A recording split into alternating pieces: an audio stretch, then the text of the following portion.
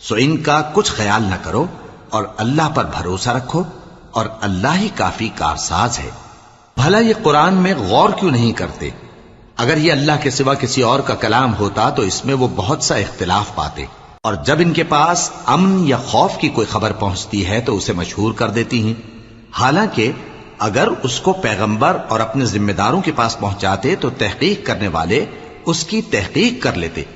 اور اگر تم پر اللہ کا فضل اور اس کی مہربانی نہ ہوتی تو چند آدمیوں کے سوا تم سب شیطان کے پیرو ہو جاتے۔ سو اے پیغمبر، اللہ کی راہ میں لڑو، تم اپنے سوا کسی کے ذمہ دار نہیں ہو، اور مومنوں کو بھی ترغیب دو، قریب ہے کہ اللہ کافروں کی لڑائی کو بند کر دے، اور اللہ شدید ترین جنگ کرنے والا ہے اور سزا دینے کے لحاظ سے بھی بہت سخت ہے۔ جو شخص نیک بات کی سفارش کرے تو اس کو اس کے ثواب میں سے حصہ ملے گا، اور جو بری بات کی سفارش کرے اس کو اس کے عذاب میں سے حصہ ملے گا، اور اللہ ہر چیز پر قدرت رکھتا ہے۔ اور جب تم کو کوئی دعا دے تو جواب میں تم اس سے بہتر کلمے سے اسے دعا دو یا انہی لفظوں سے دعا دو، بے شک اللہ ہر چیز کا حساب لینے والا ہے۔ اللہ وہ معبود برحق ہے کہ اس کے سوا کوئی عبادت کے لائق نہیں، وہ قیامت کے دن تم سب کو ضرور جمع کرے گا، اور اللہ سے بڑھ کر بات کا سچا کون ہوگا؟ اب کیا سبب ہے کہ مسلمانوں تم منافقوں کے بارے میں دو گروہ بن گئے ہو، حالانکہ اللہ نے ان کو ان کے کرتوتوں کے سبب اوندھا کر دیا ہے؟ کیا تم چاہتے ہو کہ جس شخص کو اللہ نے گمراہ رہنے دیا ہے اس کو رستے پر لے آؤ، اور جس شخص کو اللہ گمراہ رہنے دے تم اس کے لیے کبھی بھی رستہ نہیں پاؤ گے؟ وہ تو یہ چاہتے ہیں کہ جس طرح وہ خود کافر ہیں اسی طرح تم بھی کافر ہو کر سب برابر ہو جاؤ۔ تو جب تک وہ اللہ کی راہ میں وطن نہ چھوڑ جائیں ان میں سے کسی کو دوست نہ بنانا، اگر ترک وطن کو قبول نہ کریں تو ان کو پکڑ لو اور جہاں پاؤ قتل کر دو،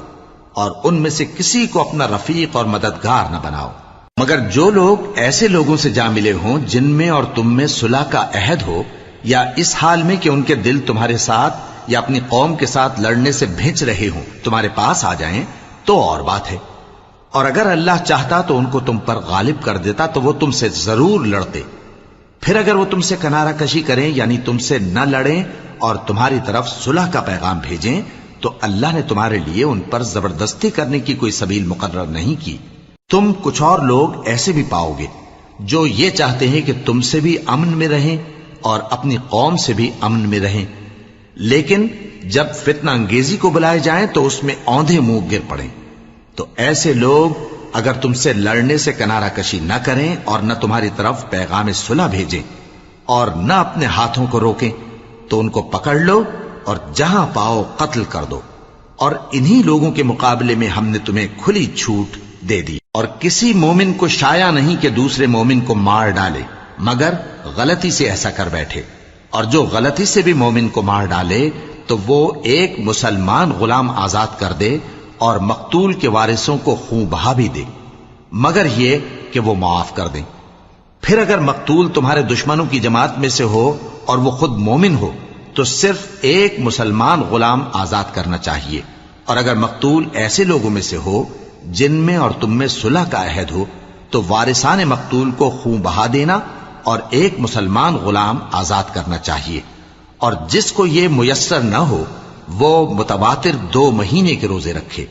یہ کفارہ اللہ کی طرف سے قبول توبہ کے لیے ہے، اور اللہ سب کچھ جانتا ہے،